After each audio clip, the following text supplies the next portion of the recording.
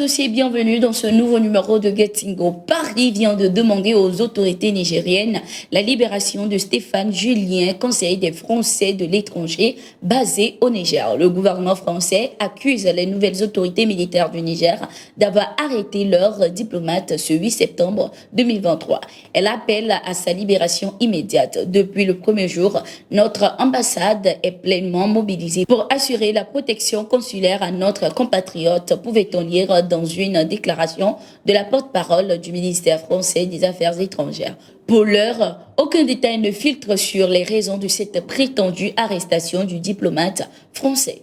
Depuis le coup d'État du 26 juillet au Niger, le président Mohamed Bazoum, en résidence surveillée avec sa famille, refuse de démissionner. Ces derniers jours, les rumeurs de sa démission font polémique après qu'une vidéo montrant le président Bazoum, l'air épuisé, quittant la présidence entouré de militaires, fait le tour de la toile. Bazoum n'a pas démissionné. Le président français Emmanuel Macron, le 10 septembre, a réitéré la volonté du président Bazoum à ne pas démissionner. C'est d'ailleurs l'argument évoqué par le président français pour ne pas reconnaître les nouvelles autorités militaires. Les analystes sur le continent ont un avis contraire à celui du président français Emmanuel Macron.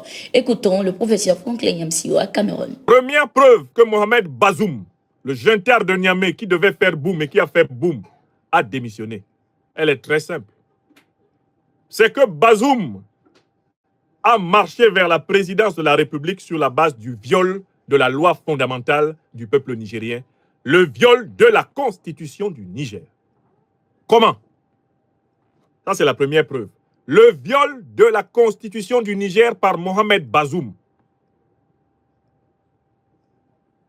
Le prédécesseur de Mohamed Bazoum, Mahamadou Issoufou, a organisé, au mépris de la constitution du Niger, l'exclusion systématique des candidats de l'opposition qui étaient les mieux placés pour battre son poulain, Mohamed Bazoum. Avant d'organiser l'élection, Mahamadou Issoufou a corrompu la justice nigérienne pour exclure le candidat favori de l'opposition pour l'élection de 2021. Dès 2020, M. Hama Amadou, ancien président de l'Assemblée nationale du Niger, a été, par les manipulations de Mahamadou Issoufou et de tout le régime PNDS, alors qu'il était le favori de la future élection présidentielle, il a été exclu. Et cela avec le soutien de la France-Afrique. On se souviendra toujours des propos de M. Le Drian, entérinant cette exclusion et proclamant que l'élection présidentielle qui se préparait au Niger serait une référence démocratique pour l'Afrique. Alors qu'on venait d'exclure le principal candidat de l'opposition, eh bien, le président Hama Amadou. Quand nous parlons, c'est parce qu'on a étudié le dossier. Donc, vous notez, preuve 1, il n'y a pas eu élection présidentielle au Niger. Bazoum n'est pas arrivé au pouvoir par une élection démocratique. Car la Constitution avait déjà été violée par l'exclusion des fils et des filles du Niger qui avaient le droit d'être candidats.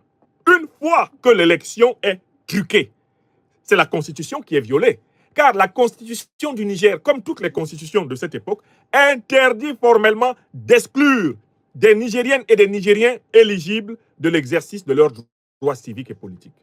L'Arabie Saoudite continue le renforcement de sa coopération avec le Burkina Faso. Ce 12 septembre, l'ambassadeur du Royaume d'Arabie Saoudite au Burkina Faso, Fayad Al-Doussari, a rencontré le Premier ministre, Maître Apollinaire Kelem de Tambela. Au menu des échanges, des questions bilatérales d'intérêt commun portant notamment sur la situation sécuritaire. On a échangé sur beaucoup de sujets qui sont très importants entre ces deux pays frères pour renforcer cette relation déjà exceptionnelle. J'ai expliqué au Premier ministre les projets portés par l'Arabie Saoudite. Nous avons échangé également sur la question de comment augmenter les relations dans beaucoup de domaines. Il m'a expliqué beaucoup de projets tenus par le gouvernement pour améliorer les qualités de vie des Burkinabés, a indiqué le diplomate saoudien. Une semaine après son investiture à la tête du Zimbabwe pour un deuxième mandat, le président Emmerson Mnangagwa a formé une nouvelle équipe gouvernementale composée de 26 membres. Dans ce gouvernement, gouvernement Emerson a conservé Ntuli Nkoumbe comme ministre des Finances et a nommé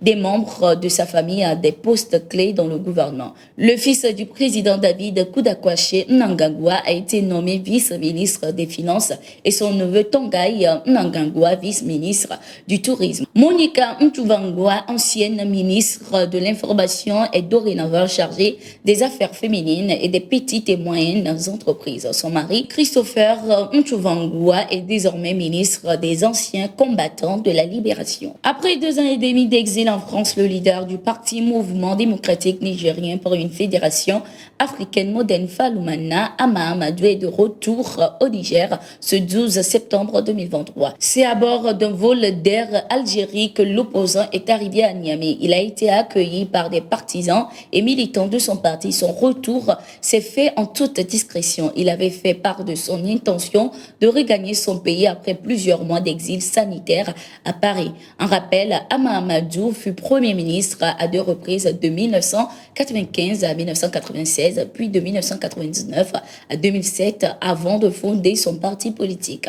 Il a été arrêté puis incarcéré suite à des manifestations organisées par les militants de son parti pour contester la victoire de Mohamed Bazoum en 2021. Son retour au Niger intervient après l'annonce d'un futur dialogue national inclusif par les nouvelles autorités nigériennes.